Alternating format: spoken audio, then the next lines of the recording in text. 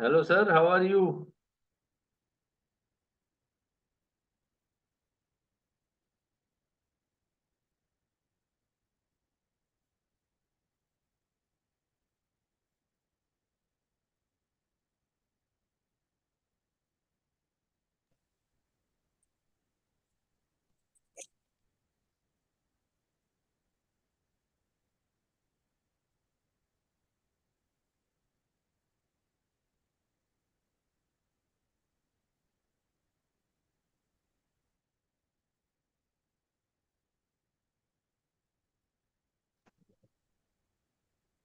Hello.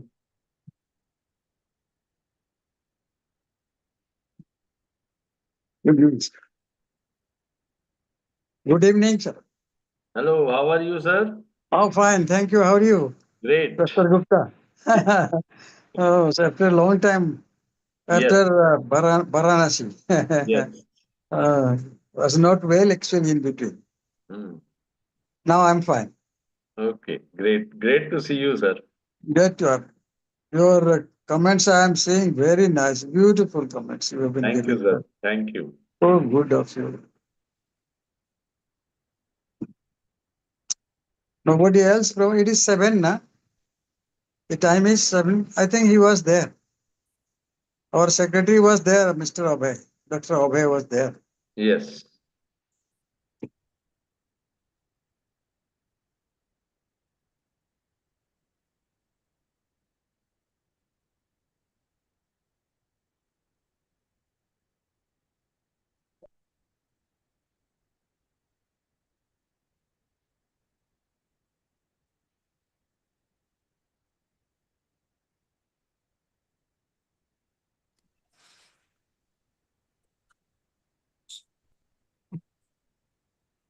Hello. Hello, Dr. Hello. Ravi. How are good you? Evening professor Lohani. हाँ हाँ, good evening. कैसे हैं आप?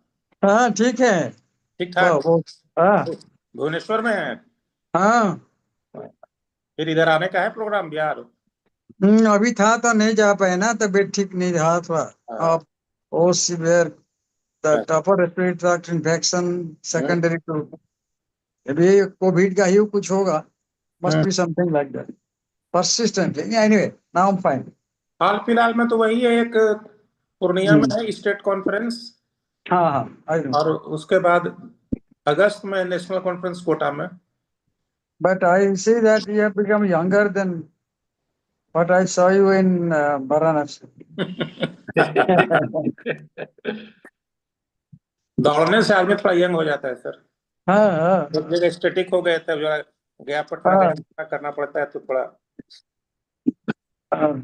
सब आप गया आते जाते हैं कि नहीं? नहीं हाँ हाँ हाँ हाँ, सैटरडे रहना। सैटरडे यहीं रहते हैं, सैटरडे संडे। हम्म। हाँ बेटा कैसे है? ठीक है। हाँ, ठीक है।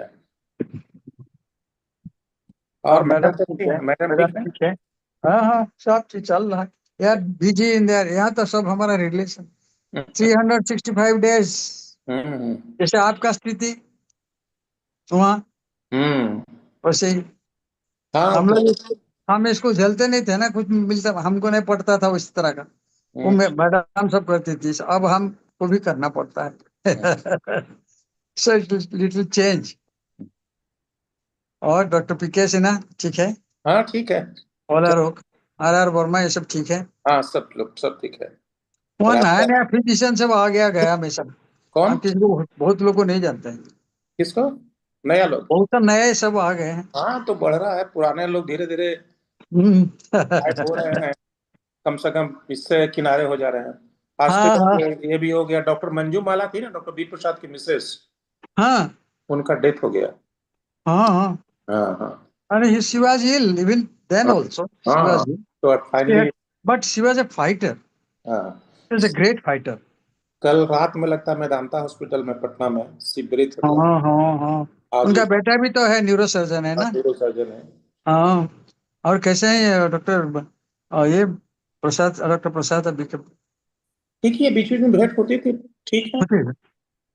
हाँ ना अभी आज रिटायर्ड ही हुआ था। है। आज ही हुआ कल, है। हाँ, रात में हुआ है। कल रात में ओ हुआ। आज लाया होगा लोग बॉडी।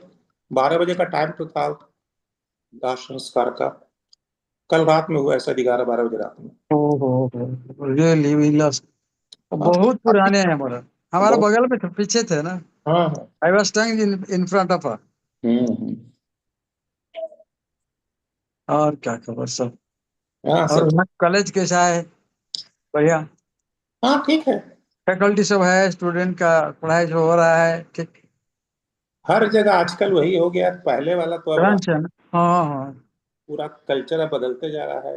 वो हाँ। एमसीक्यूज के जमाना में क्लिनिकल ओरिएंटेशन थोड़ा घट गया है, ज्यादा इम्फोसिस एमसीक्यूज पे रहता है। हाँ एमबीबीएस में हाँ। एमसीक्यूज मारिए तो एमडी कीजिएगा, अब एमडी में भी लोग आ गया है तो उसमें भी डीएम करने के लिए एमसीक्यूज में ही परेशान है। तो जो पहले वाला जो हम लोग के जमाने में टीचिंग था, आप लोग के जमाने में जो था, वो कंसेप्ट ही बदल रहा है। वो कंसेप्ट बदल, ये सब जगह बीमारी है। हम और यहाँ That तो is देखते हैं बहुत फर्क है। so that is why यहाँ I generally say we are making MCQ doctors, exactly. not yes yes. not not in MCQ. art and science of medicine, because medicine is one branch where science and art is combined. आप देखिए It ना is वो। not only theory, it is how you conduct to the patient, how you behave with the patient, how you see the patient, that is an art. Exactly. जो पुराने teachers में 90% में होता था, आजकल if you interact with the young faculty also, I am very sorry to say that majority of them don't know medicine as such. सिर्फ emphasis या तो प्रैक्टिस में इन्वेस्टिगेशंस करवाओ या Investigations कराओ, दवाई में से commission low, even the premier institutes, government institutes, faculty is writing poor patients और 600 rupees kit academic of academics omega में 3 or this and that, where you can go with only Neuroban Fort of 50 paisa. And I think insurance, health insurance has played a definite role in destroying these sort of things. Health insurance, sir. I'm Definitely, saying, definitely. Health really, insurance, it is Tom, Dick, and private, Harry. private is Anything they are okay. writing for Private, any. you can pick and choose the things. But the government insurance is giving, public money in private hands. If you Yeah. invest that amount of money in strengthening your public infrastructure, people will be benefited more. They will be benefited in every aspect, not just indoor के 5 लाख रुपया indoor का दे दिया या 10 लाख रुपया indoor का दे दिया. They will be benefited from, primary care to tertiary care. But we are not investing in the infrastructure. We are giving that money to the insurance people. Exactly. My suggestion will be humble suggestion is always, he knows also, Professor Dhwani. So we should go through MCI to tackle this. This problem has become really pandemic, मतलब in India. एक चीज बताते हैं sir, जो लोग sir NMC क्या करेगा? NMC ineffective है. जो वहाँ लोग एनएमसी जो लोग is under the बैठते हैं influence of private education mafia. Oh, They उस cannot पर, take the independent decision. जो लोग So at we the have help been of affair, representing अब the KM medical college UP का है, वो कितना एक्सपोज हुआ है, उसके खिलाफ आज तक एक्शन नहीं लिया एनएमसी ने. Everybody is talking about only one medical college, that is KM medical college. और सबसे बड़ी बात है कि जो लोग वहाँ बैठे हुए हैं, क्लिनिकल साइड का तो कोई है ही नहीं, उसको तो समझ ही में नहीं आ रहा है कि क्या प्रॉब्लम है बेसिक। और नहीं सर, समझ भी हो, गवर्नमेंट इन्फ्लुएंस इतना ही है, nobody dares to speak.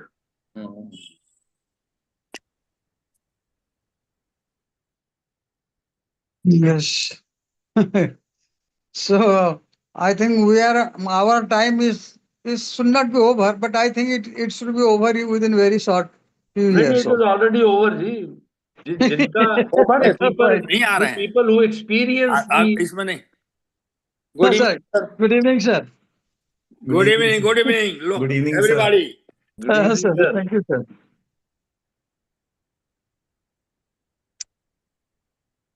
Good So, evening. Dr. Lohani, good evening sir. good evening. Professor. So we can wait for another 5 to 10 minutes, then we'll start. Possibly we'll start by 7:15.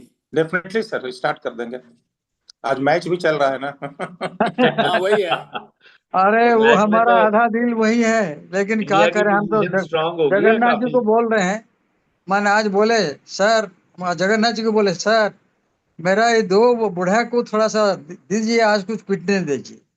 यही बोल के चले आए हैं वहां से, उस रूम से। खैर ठीक है, 241 है, 241 तो नहीं लग नहीं भाई, ये बड़ा बहुत टर्निंग ट्रैक है। हम्म। देखिए वो हार गया है पहले से न्यूजीलैंड से, अब किसी को इसी से ना इसको भिड़ेगा, नहीं तो भाई गया वो। सो इट इज देयर, बहुत इंपॉर्टेंट मैच है उनके लिए, इसके लिए भी। सबको सो प्रणाम सर। Good evening. जय। जी गुड प्रणाम प्रणाम इवनिंग, प्रणाम सर, प्रणाम हाउ आर प्रणाम। यू? ठीक है सर। हाँ, वेरी नाइस। अभी अभिषेक से बात करना तुम तुम्हारी। Hello hello sir. Doctor Murthy, Srinivas good sir, What are हाँ। Evening. you saying, Dr. Singh? Fine fine fine fine sir. Hello Gupta sir, congratulation fine. Professor Murthy. Thank you, sir. Good so evening beautiful. Doctor Murthy, good evening. Sir, good evening. Good evening, कैसे हैं आप? ठीक हैं? First class, sir. चलिए ठीक है।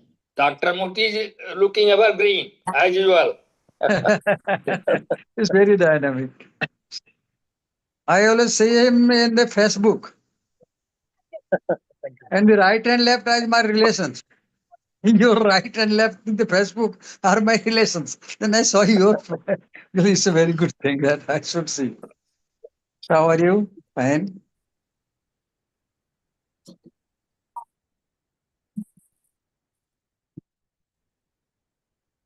अभिषेक join किया है? नहीं। अभिषेक का नहीं, तो अभिषेक को ज्वाइनिंग में नाम में तो है। 6:30 में था सर, he was there 6:35 में। हाँ वो है, थोड़ा सा वो वो रास्ते लगता है थोड़ा था। अब the track को है, 6:35 में he was there. I was trying whether it is going to this year, and he was there. Was there. अरे Oh, professor, Madhukar Rai is there. Good evening good professor. Good evening, Madhukar Rai, our president.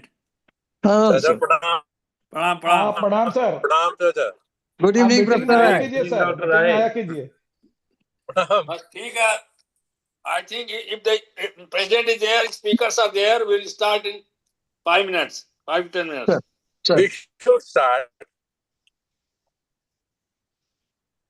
आज India Pakistan का match है, इसलिए भी थोड़ा attendance का problem होगा।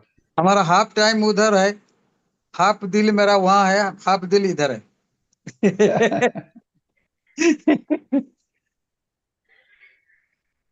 कहाँ आप गए थे? बहुत सुंदर जगह में फोटो भेजे हैं फेसबुक में, बहुत कौन सा सुंदर, सर? बहुत हाँ? बढ़िया जगह में। आप क्या पहला बार देखे, आप एंजॉय कर रहे हैं? बोले इतना, अरे वाह, हमको अच्छा अच्छा लगा। आई रियली थॉट कि you have got so much of time, at least I was happy to see. बहुत अच्छा लगा। आज यहाँ भी गया में क्रिकेट मैच था, Bank of India versus doctors 11। हाँ अभी हम लोग उसी में से आ रहे हैं। हाँ, अच्छा। दिन भर मैच चला, दिन भर तुझे। हाँ, वही दोपहर से शुरू था सर। हाँ, अभी अभी खत्म हुआ है, थोड़ी देर पहले प्राइज डिस्ट्रीब्यूशन हुआ है। अच्छा, सो नाइस। हम रहते तो वहाँ कुछ तो कुछ करते हम लोग। वहां जाते कम से कम। असली स्पोर्ट्समैन था डॉक्टर पांडा, डॉक्टर राम सेवक, तुम लोग तो थे क्रिकेट के। सर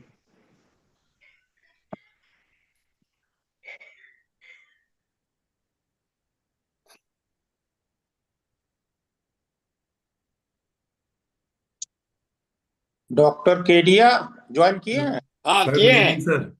कर लिए हैं, थैंक यू। दरिया है क्या अभी? नहीं, डॉक्टर ऐसे ट्रैवल कर रहा है सर। एंगेजमेंट हो गया तो वो फिर Sir, good evening. Good evening, good evening. You are the good first speaker. नहीं सर, एक्चुअली क्या था कि हमारा आरएसएस डे आज अभी खत्म हुआ है, तो मैं भी रास्ते में ही हूँ, तो इसलिए मैंने डॉक्टर केडिया साहब से रिक्वेस्ट किया, क्योंकि पहले साइंटिफिक प्रोग्राम आया नहीं था, तो मुझे लगा आई विल बी फ्री, मैं पहुंच जाऊंगा 7 बजे तक जयपुर। बट अभी वो तारिक साहब ने बोला कि नहीं, लास्ट का वैलिडिटी करके निकलना है, तो फिर मैं कोटा से अभी भी मैं गाड़ी में ही हूँ, 9 बजे के आसपास पहुंच पाऊंगा मैं जयपुर। इसलिए मैंने उनसे केडिया साहब से रिक्वेस्ट किया। सर माफी चाहूंगा सर, एंड लास्ट मोमेंट में मैंने कोई चेंज बात किया नहीं, प्रोग्राम। चलिए। Thank you sir. डॉक्टर के पारिक हैज ज्वाइन। नहीं, पारिक साहब अभी हमारे राजस्थान आरएसएस डीआई था, कोटा में था वो। तो मैं तेन बोल रहा हूँ ना। तो अभी मैं कोटा से जयपुर जा रहा हूँ, ऑन द वे हूँ। तो ऑन वे होंगे अभी, ज्वाइन तो लगता नहीं किए हैं। चेयरपर्सन उनका भी नाम था, इसीलिए पूछ रहा हाँ, वो इसीलिए है ना, जो शायद बिजी होंगे वो। हूँ। अच्छा, अभी वेल इलेक्ट्रिक खत्म करके फिर हम लोग निकले हैं। किलोमीटर बता।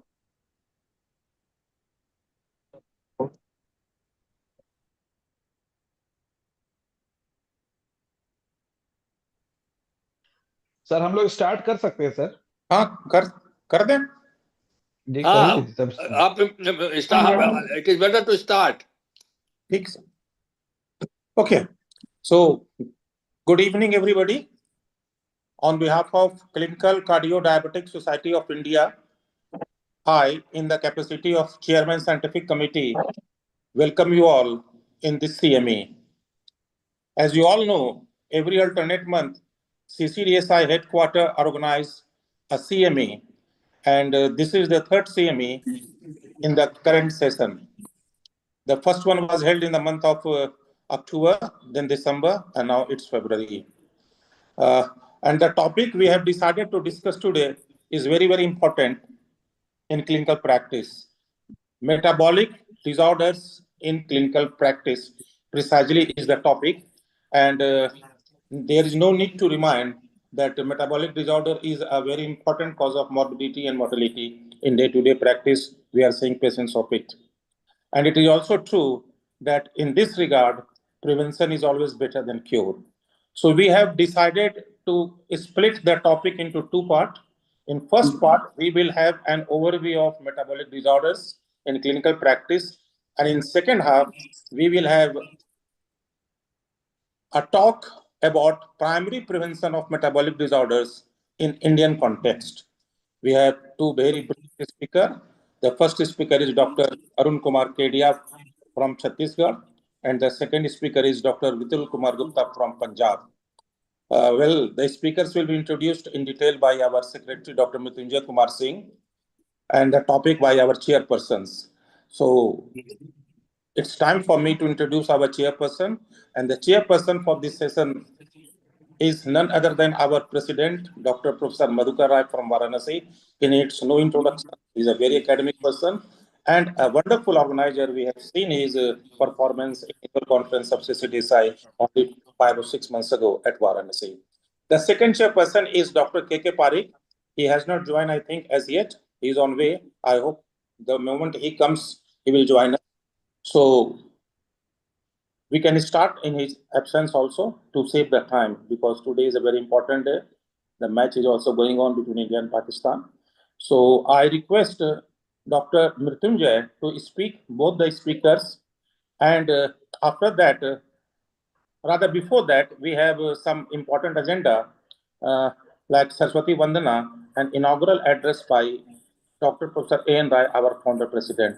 So first of all, I will request the organizers to play the Saraswati Vandana. Then I will request Professor Rai for his inaugural address and blessing. या कुन्देन्दु तुषारहार धवला या शुभ्रवस्त्रावृता या वीणावरदण्डमण्डितकरा या श्वेतपद्मासना या ब्रह्माच्युतशङ्करप्रभृतिभिः देवैः सदा वन्दिता सा मां पातु सरस्वती भगवती निःशेषजाड्यापहा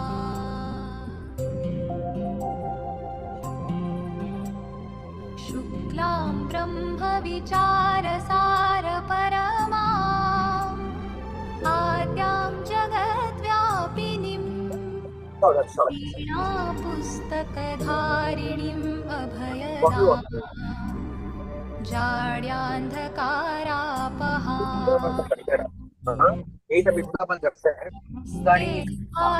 स्फटिकमालिकां विदधतीं आसने संस्थितां वन्दे तां परम परमेश्वरीं भगवतीं बुद्धिप्रदां शारदाम्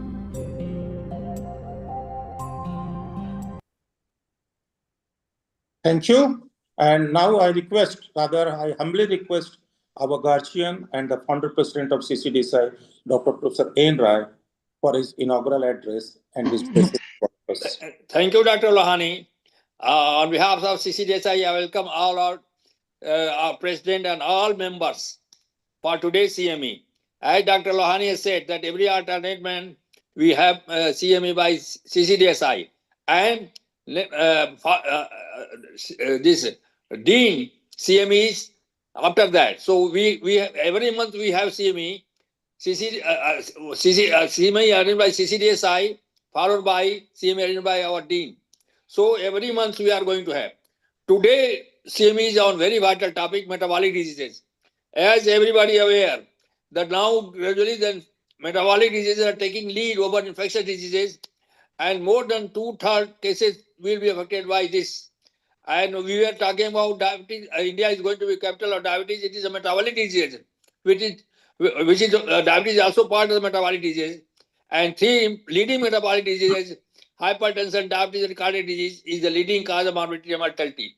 So one good thing is that metabolic disease can be prevented, as Dr. Hani said, and it is by intervention in lifestyle. Although genetic factor is equally important, but lifestyle, if you adopt a healthy lifestyle, we can prevent or delay the metabolic diseases. With these few words, I hand over mic to Dr. Lohani for further. Thank you, sir. Thank you very much for your kind words. And now I request our secretary, Dr. Mrityunjay, to introduce our speakers one by one. First, Dr. Kedia, and then Dr. Vital Gupta. So, Dr. Mrityunjay, please. Thank you, sir. So our first speaker is Dr. Arun Kumar Kedia, and he is consultant physician and head of ICU, Life Birth Hospital, Raipur. He is life member of API, RSSDI, ISCCM, DIPSI, and ERA. Chairman of API Raipur chapter for the session 2021-23. He is also SQT committee member of RSDI Chandigarh, Chhattisgarh. He is a scope certified obesity physician, part of various clinical trials and registry. He has also published many articles in journals, and he is peer reviewer of Journal of Royal College of Physicians. So this is all about Dr. Kedia. And should I introduce second speaker, sir? After the first topic, will introduce. Yes, I think so. That will be better. Okay. Okay. Yes. Thank you, Dr. Mrityunjay. Now I request over to Dr. Professor Madhukar Rai to introduce the topic and invite the speaker for his deliberation. Professor Rai, sir, please. Dr. Madhukar Rai, please. Madhukar, sir, you are muted, sir.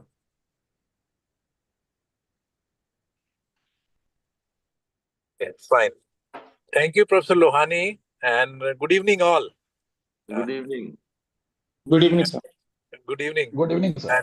And I think among the various fora which are there in Indian Diabetic Endocrine Society, I think CCDSI is one of the most active one, conducting Definitely. so many digital and online and offline CMEs. As on today, there is a CME going on under the banner of CCDSI in BHU, 2-day CME, that is physical CME. It's Heritage Institute of Medical Sciences, and it's going on. Unfortunately, I had to travel, and today morning I was in Ranchi, and then to Dhanbad, and now I am traveling back to Banaras. So, but having said that, metabolic disorders, as on today, I don't think there is any treatment for metabolic disorder.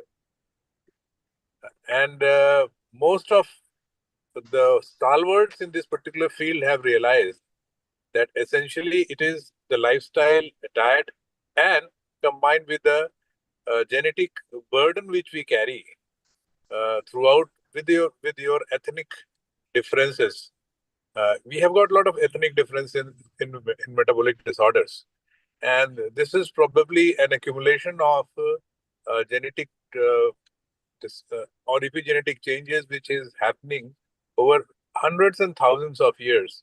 And now we are witnessing because of less of activity and more of food. And no doubt, infectious diseases are taking the backbench, and metabolic disorder and immunological disorders. These are the two which are coming up front. And we have to gear up. This year, our Prime Minister has said that we will have to take this on a war footing and start from the very childhood, and which was a very apt statement.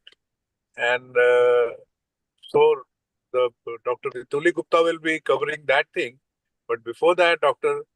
Kedia will take you through the problem of metabolic disorders, and that too in Indian context, which is such a huge problem that which we are facing, and our youngsters are dying left and right due to cardiovascular disorders, kidney problems, and others.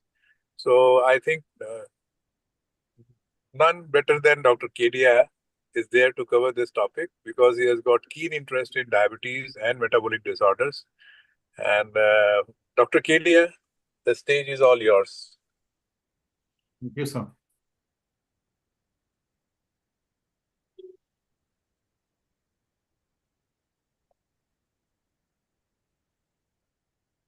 So I hope my slides are visible. Yes. So good evening to all. Can we go for full screen? Yes, yes, yes. Yes, okay. So good evening to all the members of CCDSI. And it's really a pleasure to be a speaker on this Sunday and see so many people actively participating in today's CME. Well, by default, because of Dr. Daria's being occupied in some other CME, so I got this chance to speak on the spectrum of metabolic disorders in clinical practice that we are facing today. And I'll be taking through the major metabolic disorders. But when we talk about metabolic disorders, when we were students in medical college, we had more of an idea in terms of inborn errors of metabolism. But in today's context, when we talk about metabolic disorders, the first and the foremost thing that comes in the mind is the obesity, the entire spectrum of hyperglycemia, and then the metabolic disease associated steatotic liver disease, the dyslipidemias, and the hyperuricemias. Now, amongst these, the first four are the most common that we see in almost every patient nowadays. Of course, hyperuricemia is not of a major concern, but then, it is also a part of a metabolic syndrome, and it is also one of the major risk factors for cardiovascular diseases. Now, the reason why we are worried about all these metabolic disorders is the end of all these disorders is the cardiovascular death. And that is where we are actually struggling in our country because of premature cardiovascular disease and premature deaths in the Indian patients. And that is why it is very, very important to understand the pillars of cardiovascular disease in the form of all the metabolic disorders. And subsequently, we'll see how we can go for the primary prevention of these metabolic disorders. So this is a very famous statement by Benjamin Franklin. He once upon said, few die of hunger, but many die of eating. And what he actually wanted to say that the metabolic disorders leading to cardiovascular death is basically due to dysregulated eating and the problem of undernutrition and the problem of overnutrition or the problem of unbalanced nutrition all have to be taken into account. So it's not only undernutrition, but the imbalance in nutrition that is causing more and more problem. And that is what has led to the epidemic of obesity. And this obesity lies at the center of the inflammation, the chronic inflammation, which increases the metabolic risk. And this metabolic risk is seen across the spectrum of the entire manifestations in the form of liver disease, chronic kidney disease, chronic heart disease, and the endothelial dysfunction leading to atherosclerosis. So at the level of the cardiovascular system, we see more and more of heart failure now, coronary artery disease, and then the arrhythmic disorders. At the level of kidneys, we look for albuminuria, ultimately percolating into chronic kidney disease. We are all aware about the metabolic disease associated steatotic liver disease, or what was earlier called as NAFLD, or commonly known as fatty liver. And then we all know about the atherosclerosis and its consequence of coronary artery disease and stroke. So the man has evolved from a Neanderthal man who was dependent on hunting to now a Homo besticus. And why I say this? Because the percentage of patients who are obese is increased almost to the tune that almost every second patient appears to be having some sort of obesity or adiposopathy. So if you see the key facts about the obesity and overweight in the society, you can see that the adult obesity has more than doubled since 1990 globally. And if you see the adolescent obesity, it has quadrupled since 1990. So more and more younger generation is turning out to be obese, to the extent that almost 43 to 50% of adults globally are overweight, and 16% adults are already living with obesity. So if you see the global prevalence, which is again underreported, then 1 in 8 people worldwide are living with obesity, and that is a very, very serious concern. If you see the statistics of year 2022, this was given by WHO. You can see these figures are in millions. And if you see the overweight children, they are already 37 million, and adolescents living with obesity, that is between the age group of 5 to 19. And if you add on the overweight adolescents, it is almost crossing 550 millions already. And if you see the adults living with obesity, it has already grown to 900 millions. So that is the the problem and the sinister problem that we'll be facing, and we are already facing in our day-to-day practice. So this metabolic disorder, what we see in our day-to-day practice, is just the tip of the iceberg. The problem lies much beyond. And as we have started understanding obesity, we have also realized that we need to shift our definition of obesity just beyond BMI, because it has been found that certain patients may not be categorized properly with the use of BMI. So what obesity was defined as BMI more than 30 kg per meter square has now changed. And now obesity is considered to be a complex chronic disease in which there is an abnormal or excess body fat which impairs health and which increases the risk of long-term medical complications and reduces lifespan. So in order to reduce or to avoid the stigma of obesity, a new term has been coined that is called as adiposity-based chronic disease. And this is based on abnormalities of adipose tissue in the form of increased adipose mass, abnormal distribution of fat, and dysfunctional adipose tissue, leading to lifelong disease with complications that impair health and confer morbidity and increased mortality. So this new term, adiposity-based chronic disease, is the one which we need to now adopt in our day-to-day clinical practice, and we need to discuss with our patients in terms of adiposity rather than calling it as obesity. So it's a diagnostic term for overweight and obesity, which recognizes the chronic nature of the disease. So obesity is now a chronic disease, and it has been identified as a disease, and the underlying adiposity drives the pathophysiology and complications. So on one hand, I said that the adiposity is related to the amount of fat, the distribution of fat, and the function of fat. And this further is characterized by total body fat using body mass index, imaging like MRI or plethysmography. Then you have to go for distribution of fat, which is assessed using waist circumference, and you can use a DEXA scan. And then we also have biochemical and molecular analysis whereby we can actually assess the secretory function of adipocytes.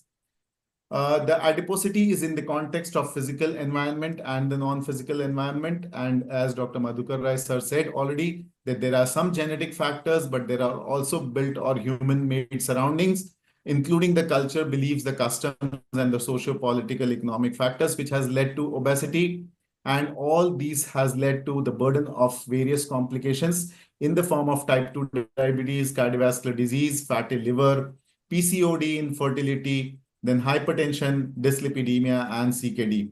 So the result comes from the abnormality in adipose tissue mass distribution and function, and these complications determine the disease stages. So there is a recent classification of obesity in the form of stage 1 and stage 2. So stage 1 when the patient does not have complications, and stage 2 when the patient has one or more complications related to obesity, then it is called stage 2. So we have grades of obesity and we have stages of obesity. And I would recommend everyone to read the latest consensus on the new definition of obesity, which has come out by our Indian authors. So these obese adipose organ, we need to understand why they behave differently and why these tissues are not the same. So if you see in a lean state, what we have, the fine obese tissue, they increase adiponectin. They have a balance of pro-inflammatory and anti-inflammatory cytokines. But when you have an excess of visceral adipose tissue, then the increased free fatty acids is released. There is a decrease in the adiponectin. There is more and more pro-inflammatory cytokines because of accumulation of M1 type of macrophages.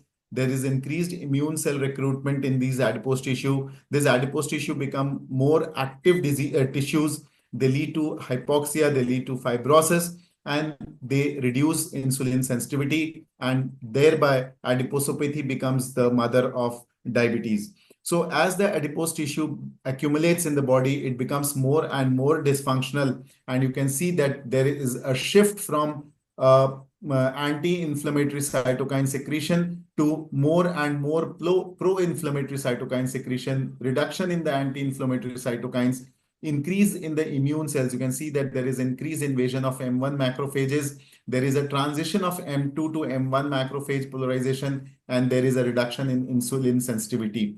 So the difference between lean and obese adipose tissue is that these obese adipose tissue becomes more inflammatory, resulting in more insulin resistance associated with the obesity. So the transition from lean to obese state is characterized by a balance, disruption of the balance of pro and anti-inflammatory response. And both subcutaneous as well as visceral adipose tissue becomes a more pro-inflammatory state, with dysfunctional adipose tissue contributing to metabolic disorders associated with obesity. So at the level of liver, you have more and more liver fat causing fatty liver, increased insulin resistance. There is a decrease in the insulin clearance, and there is increased VLDL production. And this fatty liver can progress to steatosis and fibrosis, and ultimately to cirrhosis of liver. The visceral fat contributes to increased insulin resistance, increased lipolysis, increased macrophages, and decrease in adiponectin. Increased cardiac fat further leads to cardiac insulin resistant mitochondrial dysfunction and diastolic dysfunction, leading to heart failure. At the level of muscles, there is increased insulin resistance, decreased mitochondrial function, and decrease in the VO2 max. There is a pancreatic dysfunction due to ectopic fat distribution at the level of pancreas, leading to beta cell apoptosis and increased risk of type 2 diabetes mellitus. And at the level of endothelium, there is a dysfunction leading to accelerated atherosclerosis, plaque formation, and decrease in the carotid elasticity. So this accumulation of visceral adipose tissue is associated with ectopic fat accumulation in various other organs, leading to metabolic dysfunction. And even at the level of brain, there has been found to cause ectopic fat, which can lead to decreased cognition and increased chances of various other metabolic disorders related to obesity, including obesity hypoventilation syndrome. So the weight gain, the adiposity, and the inflammation, these are a recipe for adiposity-based chronic disease, and each condition can increase the risk of the other. So if you have a weight gain, you have increased adiposity and inflammation, there is a decline in the metabolic health, there is increased insulin resistance leading to hypertension, dyslipidemia, and type 2 diabetes mellitus, as well as various other chronic inflammatory disorders. And these all leads to end organ damage in the form of cardiovascular disease, chronic kidney disease, and MASH, which are well documented in the form of cardiorenal metabolic syndrome. So the weight gain, adiposity, and inflammation initiates a cascade of metabolic problems leading to diabetes and various other cardiovascular diseases. So from there, we move on to the diabetes, which has become a global emergency. And we already know that the 10th IDF Diabetes Atlas 2021 gave the latest figures. And this IDF at 2025 Bangkok will have the new data from each country. And we will be looking forward for this data in the month of April. But as of 2021 data, we have currently 537 million diagnosed with diabetes between the age group of 22 64 years, and it is one of the fastest growing global health emergency. And if this current trend continues, then 783 million adults are projected to have diabetes by 2045. And that is where the primary prevention of metabolic disorders comes into play, where Dr. Vitul Gupta will be giving his perspectives.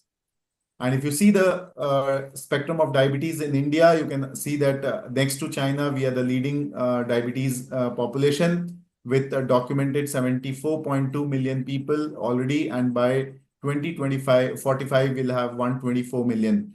And this is just a small number, but if you add up the number of pre-diabetes, which is almost double the number of diabetes patients, and then if you add on the number of patients suffering from gestational diabetes, then the burden is much, much higher.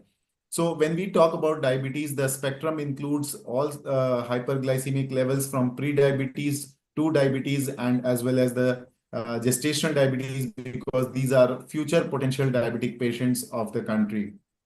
At the same time, we also need to understand the Asian Indian phenotype, which is again a very dangerous phenotype when it comes to metabolic problems, because despite lower BMI, we have more abdominal or visceral fat, calling us the thin fattiness, leading us to have more insulin resistance, higher levels of inflammatory C-reactive proteins. We have lower levels of adiponectin. We have a characteristic dyslipidemia characterized by low HDL and high triglycerides, and a very high level of small dense LDL, leading to more accelerated atherosclerosis. And thereby we are more susceptible to type 2 diabetes and coronary artery disease. So keeping in mind our phenotype, it is much more important that we go for primary prevention at a very early stage. And that is why most of the societies are not trying to reach out to schools and children in order to promote primary prevention of metabolic disorders. So India becomes the third most obese country in the world after US and China, and that has a lot of impact on the metabolic disorder prevalence in our country. And if you see the obesity scenario for country, we already are grappling with both over and under nutrition at the same time, where we have now, in fact, we have more and more poor people suffering from obesity because of imbalance in nutrition. And the prevalence in obesity is increasing from both urban as well as rural areas. You can see the urban area, it's between 13 to 15% of the population, and even in rural population, it is almost parallel between 8 to 40%. The interesting part is that obesity is more commonly seen in women compared to men, and it is increasing in children and adolescents. And if you see the National Family Health Survey data, the number of patients who are overweight and obese has increased from 11% from the second survey to 15% in the third survey. So almost 50% increase in just one decade. And if you see the state-wise prevalence of obesity, you can see that the sex difference and the female being more obese than male is prevalent across all the states. But there are certain states which have a higher prevalence of obesity, probably due to overnutrition or their different lifestyle. But in general, if you see the prevalence of obesity, it is almost to the tune of 25 to 30% now. At the same time, if you see the prevalence of obesity in Indian type 2 diabetes patients, then it is almost to the tune of 75 to 80% who are overweight and obese. And this further contributes to insulin resistance, difficult to treat diabetes, and sometimes these patients become very difficult to treat hyperglycemia. And the reason why the average HbA1c in our country is still around 8 to 8.5, one of the major reason is that we are not able to tackle obesity in our population. So the weight gain is associated with an increased risk of diabetes, and studies have shown that a 5% weight increase is associated with a 33% increase in diabetes prevalence, which is very, very significant. And a 1.5-fold BMI increase is associated with 90-fold increase in diabetes incidence in women, 40-fold increase in diabetes incidence in men. And this ectopic fat accumulation makes a lot of difference in the generation of diabetes. So combining this obesity and diabetes, we have the term diabesity, which is now a very common phenomena. And this diabesity associated with further hypertension and metabolic dyslipidemia is grouped under metabolic syndrome. And almost 90% of the population has some or the other component, either individually or in combination of metabolic syndrome. So the rising prevalence of these lifestyle disorders in India is definitely a concern, because they come singly or in combination, and each one adds up as a major risk factor for cardiovascular disease. So the Asian Indian phenotype, which is characterized by less of generalized obesity and more of central body obesity, as shown by greater waist circumference and waist hip ratio, is now characterized as a cause of premature cardiovascular disease. And that is why the definition of obesity is also changing with time, and we need to get updated with the latest definition of obesity. And Lancet has also come up with an international consensus on definition of obesity, which again has some differences with the Indian consensus, but by and large, both of them have given more importance on stages of obesity apart from grading of obesity. Now, another interesting part is that as you start treating diabetes, there is an increase in the weight gain, because majority of the drugs which are very potent, like insulin, the sulfonylurea, the pioglitazone, all these lead to further weight gain. And this weight gain is not really very useful. Rather, it can further lead to more dyslipidemia and hyperglycemia. And we have seen that every 1 kg weight gain due to type 2 diabetes treatment leads to a further 7.1% relative risk in the risk of heart failure. So on one hand, we are trying to treat hyperglycemia, but hyperglycemia treatment per se is leading to weight gain. And this average weight gain of 1.7 kg is leading to almost 10% relative risk in the increase in the risk of heart failure. So every 3 kg weight gain that you get with management of diabetes offsets the benefit of 1% HbA1c reduction in terms of quality of life. And this is again very, very important that we need to make the patients understand that diabetes management is not only just taking care of hyperglycemia, but it is that we need to take care of a holistic metabolic health. So we need to take care of the weight gain also. And if you see the standards of medical care in 2022, it says that obesity management is very important for the treatment of diabetes. And it also says that obesity management can delay the progression from pre-diabetes to type 2 diabetes. And it is beneficial in the treatment of type 2 diabetes. And thereby, this further underlines the importance of primary prevention for weight gain in our day-to-day practice. Another very silent epidemic that is going on in India is the incidence of fatty liver. And this is like an elephant in the room. It is a silently growing epidemic, and it is one of the commonest risk factor for chronic liver disease. And we are seeing more and more chronic liver disease due to metabolic disorders, and they are becoming more and more common reasons for liver transplantation. And probably the future of liver transplantation would be more and more cirrhosis related to metabolic diseases. So if you see the global and Indian prevalence of NAFLD, 25% worldwide, but almost 40% in our country, 60% in patients with metabolic disorders, and almost now 35% in pediatric age group. And this is where, again, primary prevention is going to play a very, very important role in terms of prevention of NAFLD and progression of fatty liver to cirrhosis. So this non-alcoholic fatty liver disease term was further revised in 2023, and it is now labeled as metabolic dysfunction associated steatotic liver disease. This was again done to remove the stigma of alcohol. And the steatotic liver disease is characterized by accumulation of more than 5% in liver. But once you have at least one cardiometabolic risk factors in the form of elevated triglycerides or low HDL or type 2 diabetes or obesity or very high blood pressure, then this becomes metabolic dysfunction associated steatotic liver disease. And if not controlled, these patients can progress to chronic liver disease, they can progress to cirrhosis of liver, and they can go for liver failure. So we need to understand about this metabolic dysfunction associated steatotic liver disease, because this fatty liver, which was considered to be benign, actually is not benign. The liver is the victim of fat accumulation, and the root cause is insulin resistance, because insulin resistance leads to more and more free fatty acid circulation, and this free fatty acids get accumulated in the liver.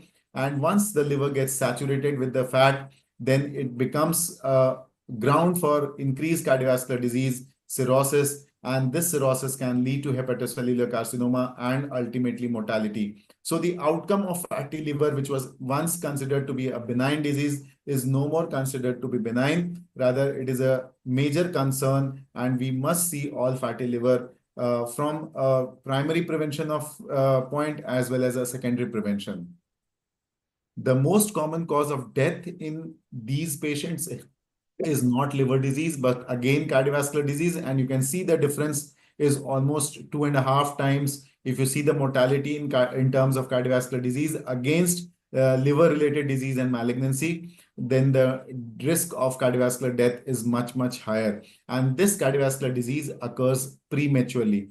So the reason being that the risk factors of cardiovascular disease and the risk factors for fatty liver are having some overlap, and the most common are the metabolic disorders, the hypercholesterolemia, and obesity and type 2 diabetes. So the MASLD cannot be taken as a benign disease.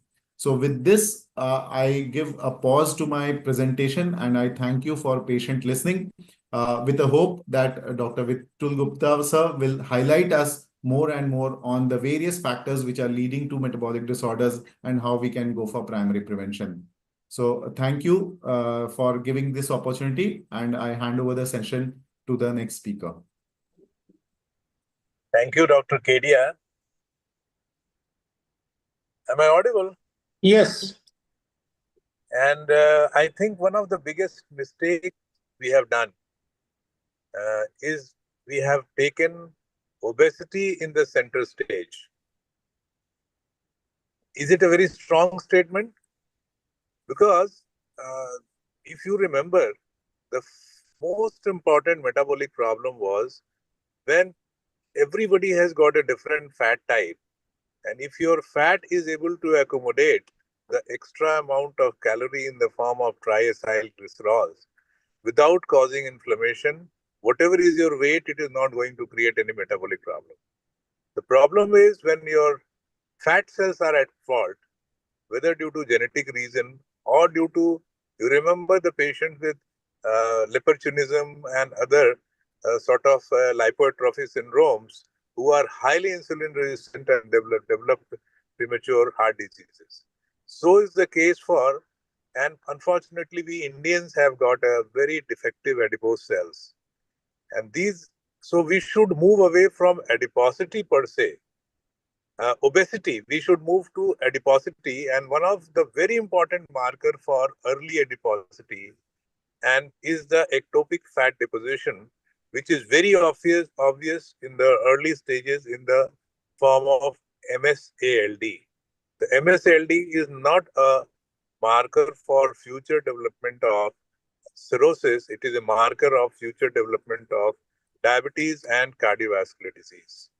So that is to be taken care of, and we need better and better anthropometric tools to define this functional adiposity. We have to have a better serological tools to define this. And if we are able to do that, maybe we will be able to do a primary, secondary prevention. But Dr. Vitulli Gupta will probably be taking you through that we should not allow this to happen, because Indian population is one which is predisposed to such a high prevalence of metabolic disorders. And if you see the Indian studies, even the adolescents the study published from SGPGI and PGI Chandigarh showed that adolescents have got a fatty liver by ultrasound, which is a very, very less sensitive tool. It picks up fatty liver when the fatty liver content is more than 20%.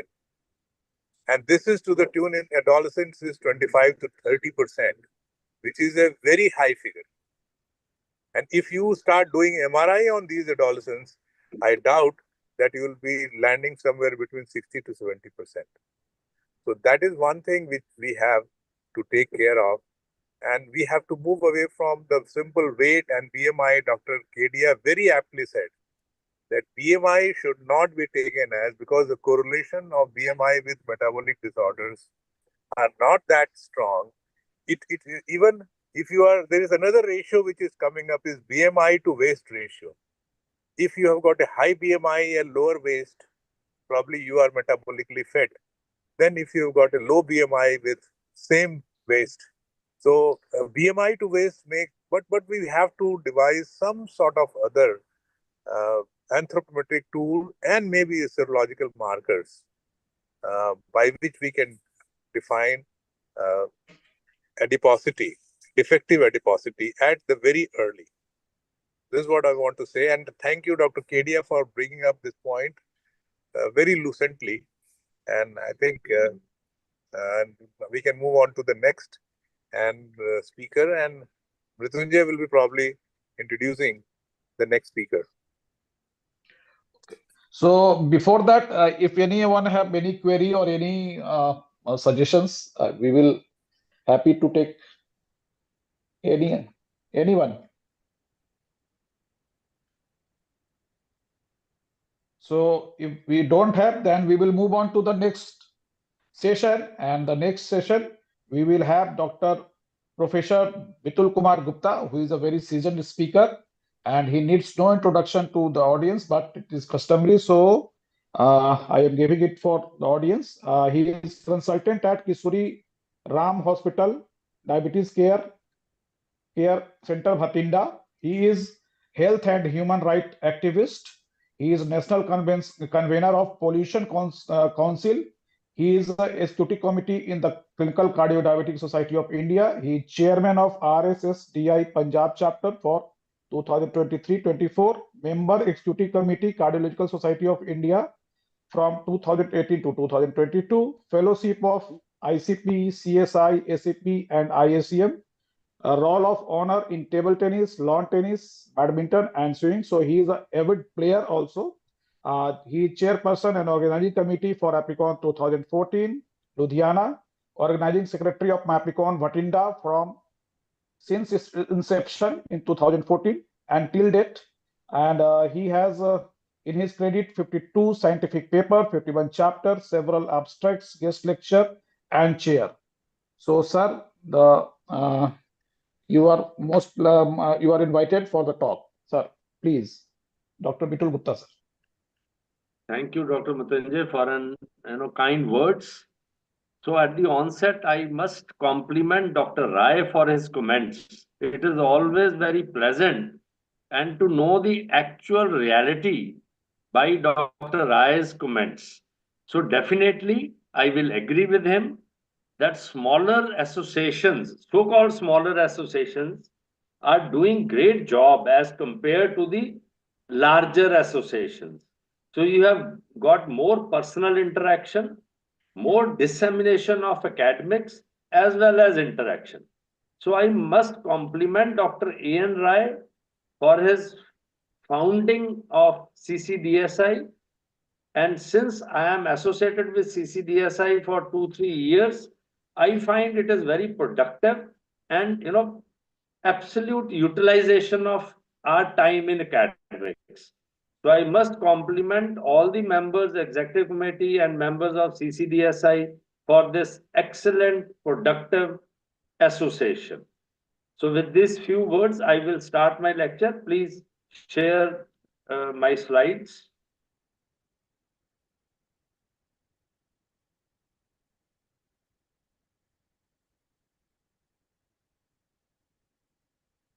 So we will be talking about primary prevention of metabolic diseases in Indians.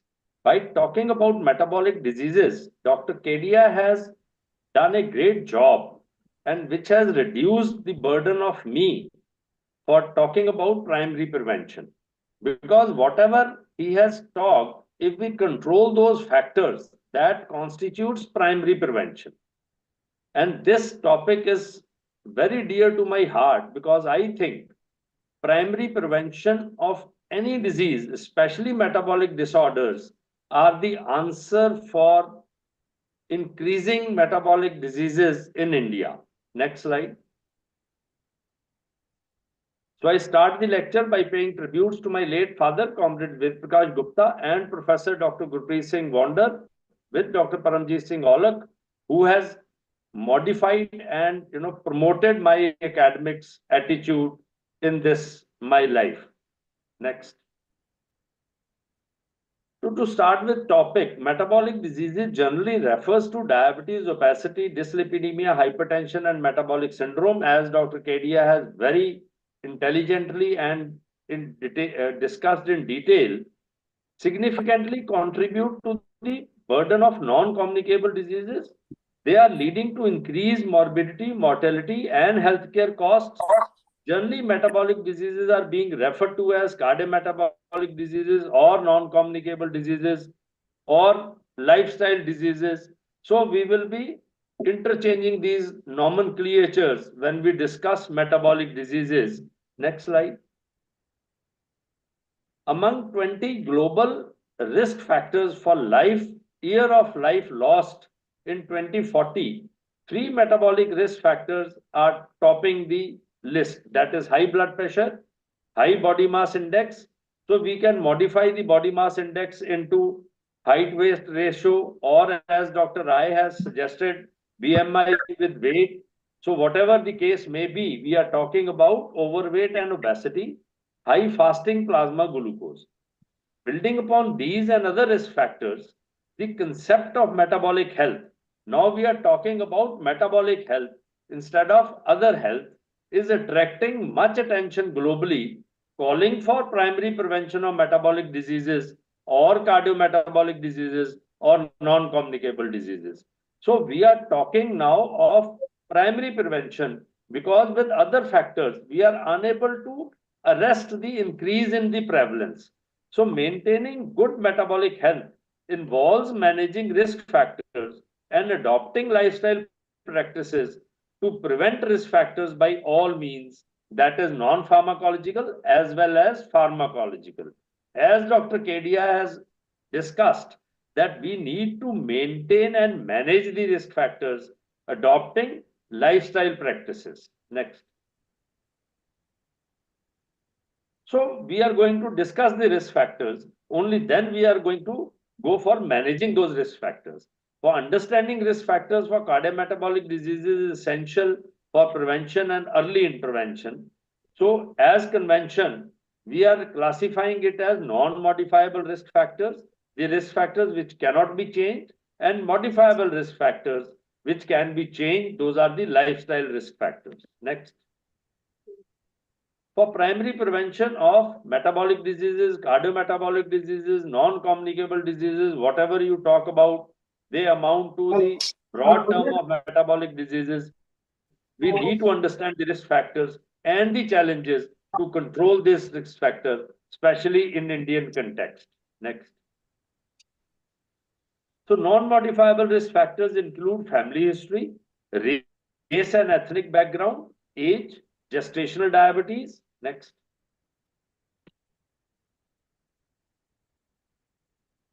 Next, please. And modifiable risk factors include unhealthy diet. So I think this is the most important risk factor as far as Indian context is there, because recently there is escalation. Previous slide, please. Previous slide.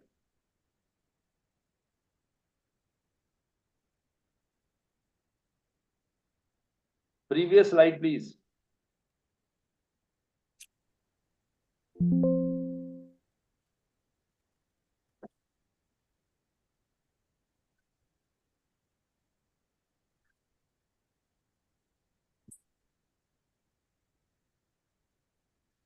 एक slide पीछे करो यार. Yes.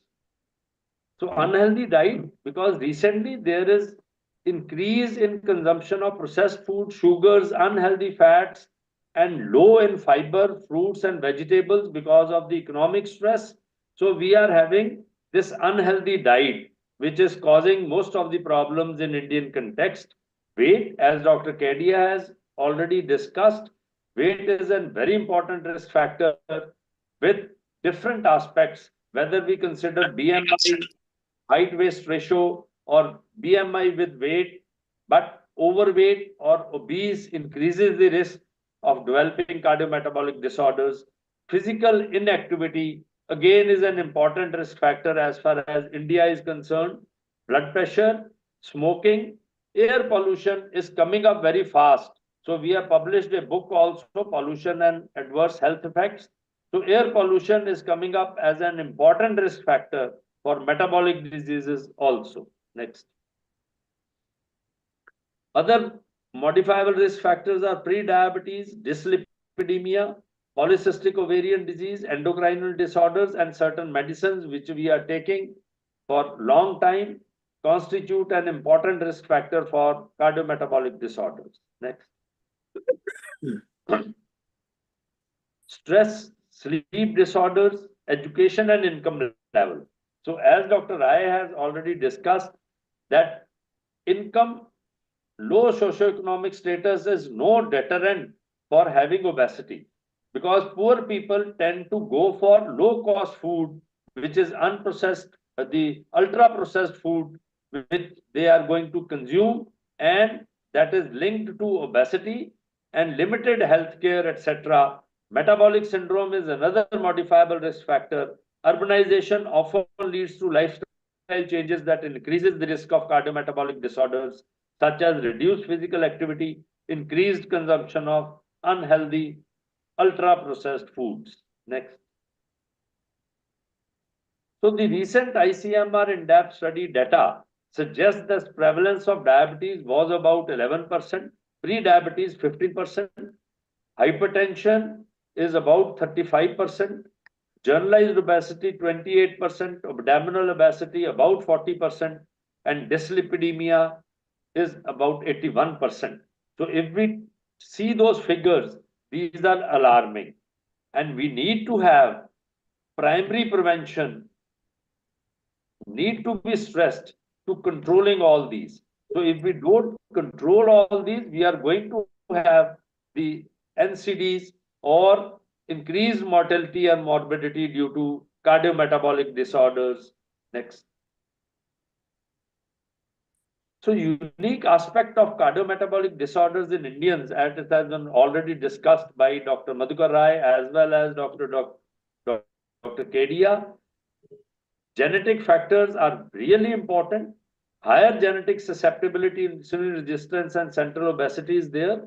Dietary pattern of high intake of carbohydrate, refined sugars, trans fats, low consumption of fibers, fruits, and vegetables. Urbanization and lifestyle changes, increasing sedentary behavior and screen time. Early onset of cardiometabolic diseases, particularly diabetes, tend to be present at a younger age in Indians as compared to Western population. So these aspects are unique to Indian people and needs unique primary preventive strategies for Indians. Next. So if we talk about primary prevention of metabolic diseases in India, we need to discuss cultural and behavioral factors that include dietary habits, physical inactivity, tobacco and alcohol use, socioeconomic factors that include economic disparities, which leads to limited access to healthy food and healthcare for lower income groups, education, lack of awareness about healthy lifestyle choices and disease prevention. In my view, education is the single most important factor for primary prevention. If we know the risk, we know the diseases, then it is very good factor that people follow those primary preventive aspects for prevention of cardiometabolic disorders. Healthcare assess inadequate healthcare infrastructure, especially in rural areas, again, is a factor for primary prevention of metabolic diseases in India. Next. Healthcare system challenges, that is primary care, there is limited focus on primary measures. Resource allocation, there are insufficient resource allocation for NCDs, but now the Indian government has gone in for screening process for non-communicable diseases for all population above 30 years of age. I think it is a step forward for primary prevention of NCDs in India, but I will be happy if we include school children also, because that is the root cause of all the root cause, or you can say the measure where primary prevention can be really effective. Environmental factors, pollution we have already discussed, and second is urbanization. Rapid urbanization leads to lifestyle changes and increased stress. Policy and implementation, again, this is very, very important. Regulatory framework and public health initiatives need for more comprehensive and coordinated public health campaigns. Next. So coming on to the first part, that is cultural and behavioral factors, which included dietary habits, physical inactivity, and tobacco and alcohol use. Next. Dietary habits. The important factor is high consumption of processed food, which is high in sugar, salt, unhealthy fats, additives has increased in India, contributing to rise in cardiometabolic diseases. There is low intake of fruit and vegetables. Traditional diets, Indian diets have been ignored, and they are replaced by the diets dominated by refined grains, added sugars, and unhealthy fats. Next. High salt intake, Indian diet tends to be high in salt, and reducing salt consumption is crucial to reducing the burden of cardiometabolic disorders, especially hypertension, which is again main risk factors for the NCDs. Unhealthy cooking methods such as deep frying and excessive use of oil and ghee contributes to high intake of unhealthy fats and calories. Next. Sweetened beverages has increased significantly in India, contributed to increase in CMDs. You can say advertisements glorifying the carbonated, or you can say added sugar fruit juices, which doesn't have any fruit juice, but added sugars are there. Nutritional transition is taking place, that is shifting from traditional diets to Western diets. Food insecurity and malnutrition is an important factor that remains significant challenge in a deprived section of society, especially in Indian setup, where we have lot of population which is deprived and poor. Next. So this is the standard food plate which should be promoted. Next. This is the food pyramid which needs to be promoted. So that is where our diet has to be stressed upon. Next. Physical activity is a significant challenge in improving cardiometabolic health in India. Sedentary lifestyle contributes to a host of health problems, including cardiometabolic diseases.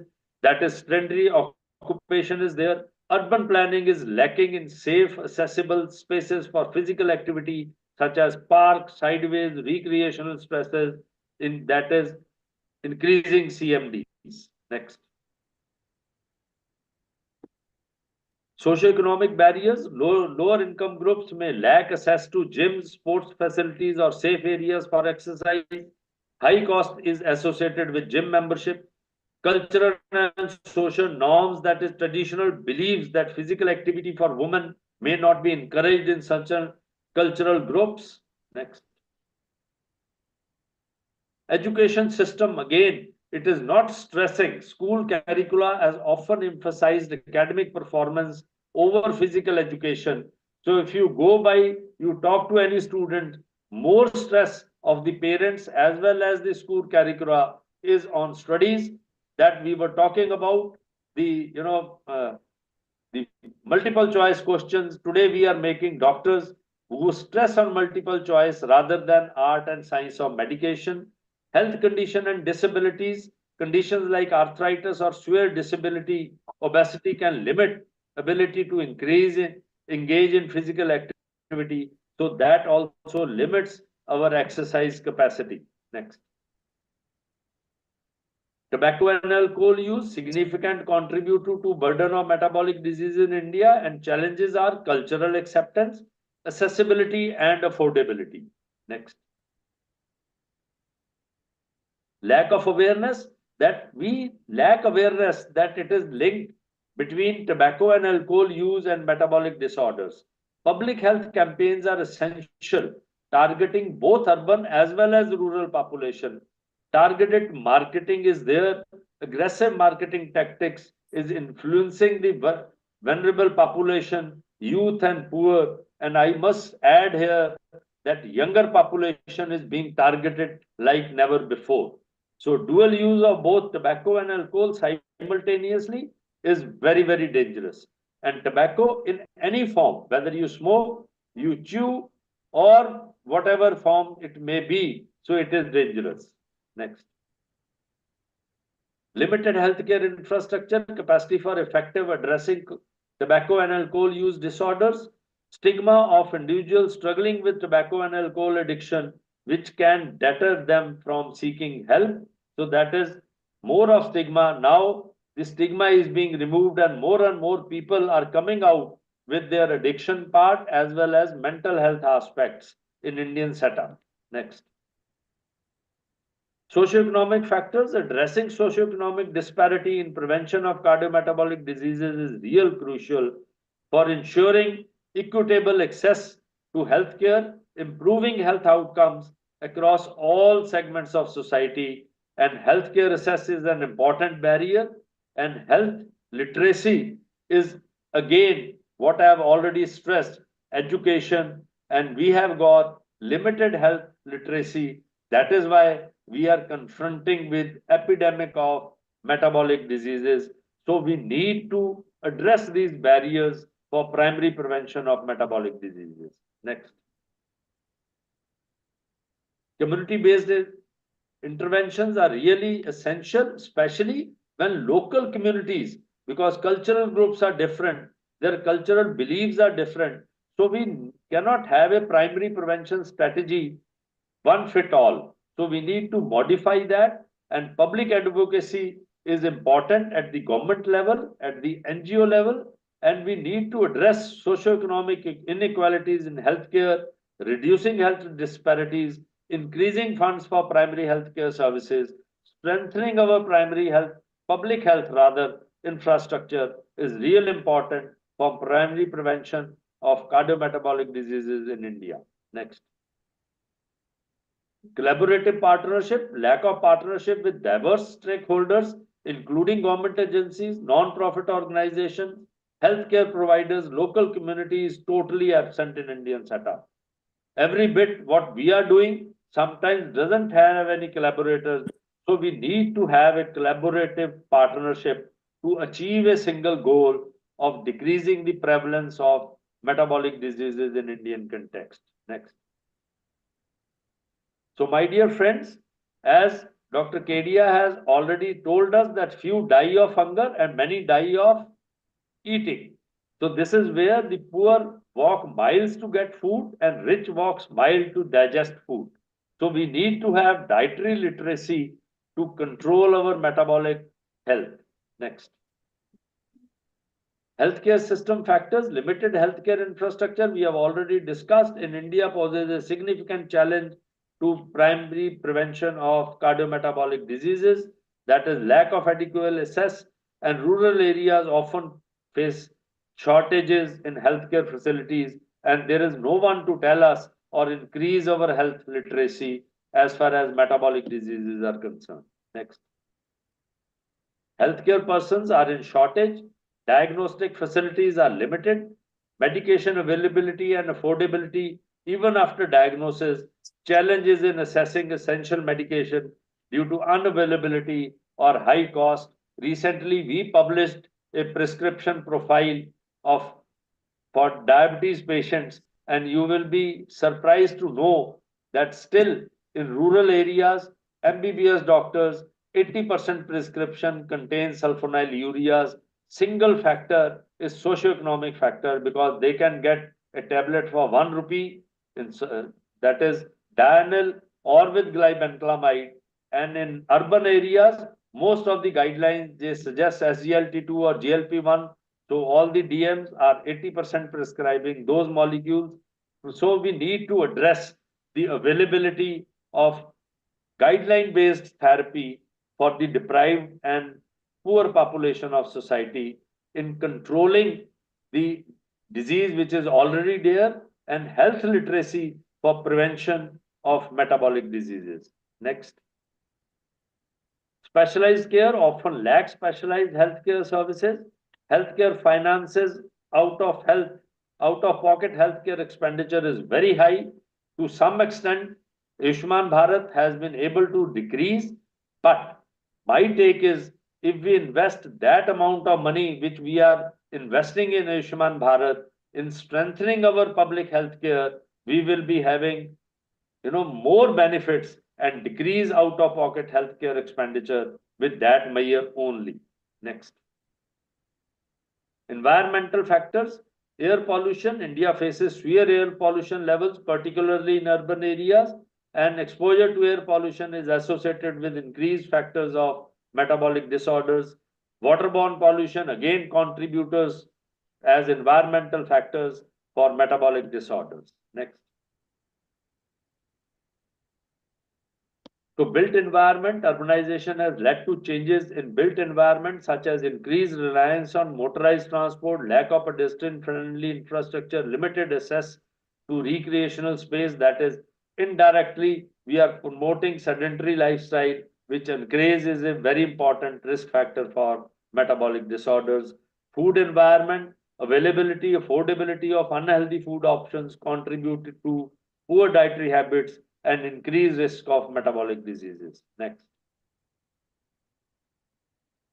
So climate change is really affecting, and we need to understand that it affects the agriculture productivity, food security, pattern of infectious diseases, indirectly impact the metabolic health of our population. Occupational hazards, disaster preparedness, though indirectly is affecting our metabolic health issues. Next. Policy implementation. It is important for prevention of metabolic diseases in India because whatever we do is minuscule in face of what the government can do. So government has to lead the fight against primary for metabolic diseases as one factor. We must complement that at least our government has risen to the fact that metabolic diseases are importantly affecting our Indian state. So they have gone in for at least screening as well as primary prevention after efforts for more than 30 years of age population. Next. Regulatory and policy gap. There is weak enforcement of existing regulation on tobacco, alcohol, as well as the ultra processed foods. Insufficient regulation for food industry regarding use of trans fats, added sugars, unhealthy ingredients. Insufficient policy focus on preventive care. Next. So my dear friends, preventing and managing metabolic diseases, cardiometabolic diseases, or NCDs in India involves tackling a complex interplay of cultural and behavioral factors, socioeconomic factors, healthcare system challenges, environmental factors, and most importantly, policy and implementation. So we must have strategies according to the cultural issues and behavioral factors, considering the socioeconomic factors, which will be different for rich people and different for poor people, and environmental factors are same whether we are rich or poor. It is affecting across populations, and most importantly, policy and implementation is real important. Next. So my take home message is burden of metabolic risk factors is significant as in increasing in India, and various cultural, socioeconomic, systemic challenges is critical for prevention of metabolic diseases. Addressing these challenges require multifaceted approach involving public health interventions, lifestyle changes, medical management, community initiatives, public health campaigns, healthcare strengthening, and promotion of healthy lifestyle and behavior from childhood. I must stress that not only childhood, but pre-pregnancy counseling for prevention of those diseases in children is most important factor in arresting the increasing prevalence of metabolic diseases in India and implementing comprehensive strategy that target prevention, early detection, and management of metabolic diseases is crucial in reducing the burden in India, preventing, that is, decreasing the prevalence, and once the people have disease, decreasing the complications should be our aim. Next. So thank you very much. With this, I invite you to 12th Annual Conference of Association of Physicians of India, Malwa branch at Bathinda in September. And please go to www.apimalwa.com for free PDF copy of our 34-chapter book on pollution and health. This is the most comprehensive first book in the world with all the aspects of pollution and diseases. Thank you very much.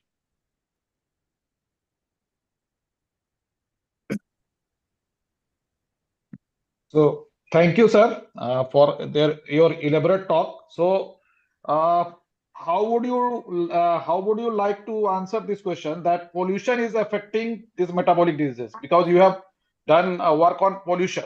So, what is your take on pollution and metabolic diseases? So basically, our book contains a chapter by Dr. V. Mohan on air pollution and metabolic health, and by Dr. Bansi Sabu, how air pollution is affecting the diabetes population. So as Dr. Madhukar Rai has told us that it is not the fat, but inflammation in the fat which is affecting our metabolic health. So air pollution, we are at very infancy stage, but there is evidence to suggest that increase in diabetes incidence in the areas where there is increase in air pollution. And still the research is in infancy stage, how air pollution is affecting diabetes or how air pollution is affecting the metabolic health. There can be oxidative stress, increase in inflammation. So that is why obesity is not important, but inflammation in fat cells is important. So, and at mitochondrial status, which is affecting our metabolic health. So that is how air pollution is affecting our metabolic health. Thank you, sir. So, is Dr. K.K. Parikar on?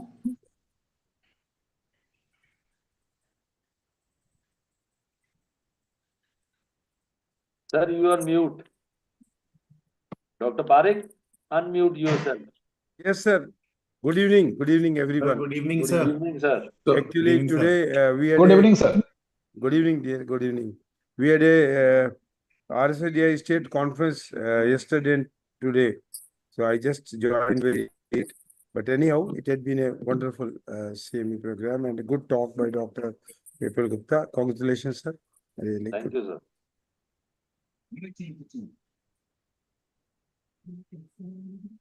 Is Dr. Virmani on?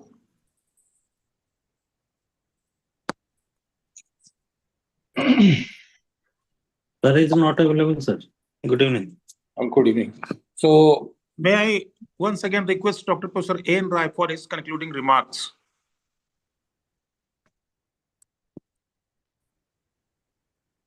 Sir, please unmute yourself, sir.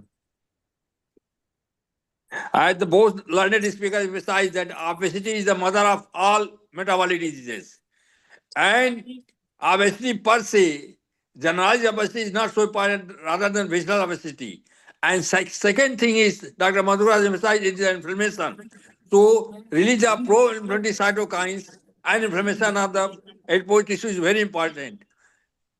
Adiposity per se, Dr. Arun Kedia said, per se, if there is a subcutaneous fat, it is not so harmful. It is a visceral obesity, so it is not a BMI. In Indian context, it is abdominal visceral obesity is very important.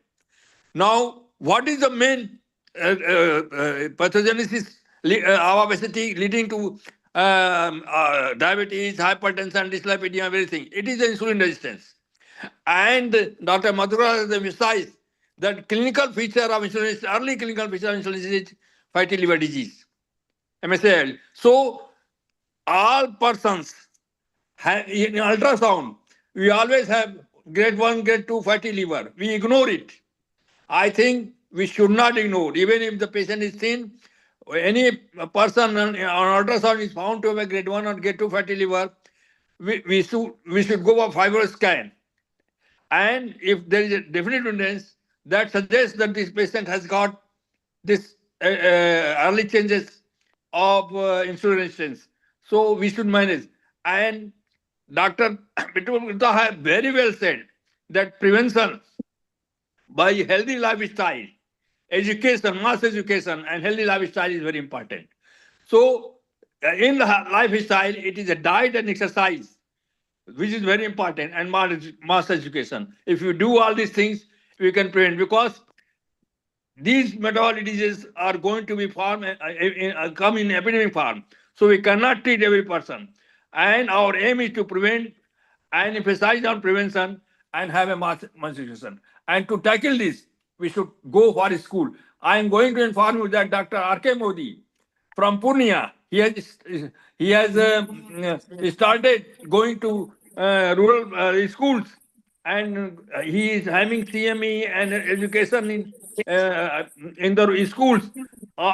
So Dr. R.K. Modi, he is not here, but he has emphasized that it is we must tackle the children first, because obviously start in nowadays, obviously start in childhood, and if you have a mass education for prevention of metabolic disease, we go to schools, and that is the one thing which our CCDI should go, and rather than we should adopt that our chapter should take initiative for going to school for educating the school children in prevention of metabolic diseases, for study and prevention of metabolic disease. Thank you very much, Dr. Lohani.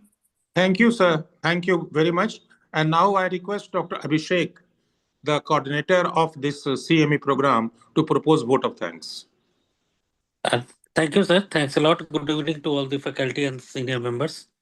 I would like to thank our founder president, Professor A&I, sir, for paying so much time and guiding all of us. I would like to thank both the speakers. Sir, really, your talks were very well thought, well content, and well presented. And definitely this will remain in our e-library. So it will help in our all members or the students. Few students have also joined, I have seen here. So thank you, sir. Thanks a lot. I would like to thank the president of the society, Professor Madhukar Rai, sir. Today he chaired this session also, despite his busy schedule. I would like to thank Professor Dr. K.K. Parikh, sir. He just after completing the conference of RSSDI, sir, has attended us and blessed us. I also thank the Chairman Scientific Committee of CCDSI, Professor Dr. K.K. Lohani, sir. Senior faculty members, Professor Khetan, sir. Secretary Mrityunjay, sir, all the delegates and all the faculty present in the today's CME. And I must say that this will remain always as a milestone in the list of CMEs, as the talks were really very good and very impressive. Regarding the message and guidance from Professor A and I, sir, we are coordinating, sir, and definitely in few months we are going to schools. So probably in the next financial year, in the April, May, we may start the school program at various levels, guided by you all senior people, sir. So thanks a lot. Thanks to all of you. Also, I thank the 3 Dot Pharma and Anandji, who has taken so much pain in doing all these. And I must say that he never hesitates whenever I ask him for this technical support and all the uh, YouTube support, e-library, Zoom meeting, and all the technical support, whatever available in this meeting. Thank you, sir. Thanks to all of you. And thank you, Abhishek, for all the work you have done behind the curtain in coordinating this meeting. So thank you, everybody, for joining us, and hope to see you all very soon in the CME. And special thanks to Thank Dr. you, everybody. Gupta and Dr. Kedia for very hard work sir. they have done. Thank you, everyone. Thank you. Especially Dr. Kedia, I'm thankful to you. In last minute, you have accepted to. And his slide was excellent. Yeah. Excellent It presentation. was my pleasure. It was my pleasure to be a part yes. of today's CME, sir. Kedia sir was So- very busy throughout the day today in preparing his slide. नहीं Because- आपका because special of the thanks है, water. आपका special thanks है Kedia sir, आप इतना short notice पे As a appear किए rescue हैं. speaker, your presentation was very good. Thank And you, your sir. slides are Thank you. fabulous. Your slides Thank are you, sir. fabulous. KDI is a prompto encyclopedia. He can speak on any topic. Oh, but Thank you, sir, for those but एक चीज तो encouraging है words. Sir, सब कुछ करने के बाद भी एक चीज समझ में मुझे आती है कि हम लोग के पास एक बहुत अच्छा मॉडल है. व्हाट हम आज से 20 साल पहले क्या थे और आज क्या है. वो क्या था 20 साल पहले? हमारी फैमिली सिस्टम थी. फैमिली में एक हेल्थ बिहेवियर था, एक खाने का रेगुलेशन था. और जो आज सब लोग बोल रहे हैं कि और जो स्कूल जाने के साथ स्कूल में उनके पेरेंट्स को भी बुलाइए. उनके साथ जब तक नहीं करेंगे, फैमिली जब तक सपोर्ट नहीं करेगी, तब तक हम लोग मेटाबॉलिक वीनेस को कवर नहीं कर पाएंगे. बिल्कुल ठीक है सर, एब्सोल्युटली राइट. पेरेंट्स का involvement, they should know that investing in the health of their children rather than pity, pleasure is more important. Definitely. Right. So thank you once again, everybody. Thank you very much. Thank you, sir. Good night. I hope some part of cricket matches is still left. So let's enjoy it. Go enjoy. Thank you, sir. Thank you, Thank you, sir. Thank you. Thank you, Mrityunjay. और सब Thank लोग you, sir. अपने प्रणाम, अपने sir. घर में Good night to all of you. Dinner ले लीजिए और एंजॉय करिए. Okay. Thank you, sir. Thanks. Okay. Bye.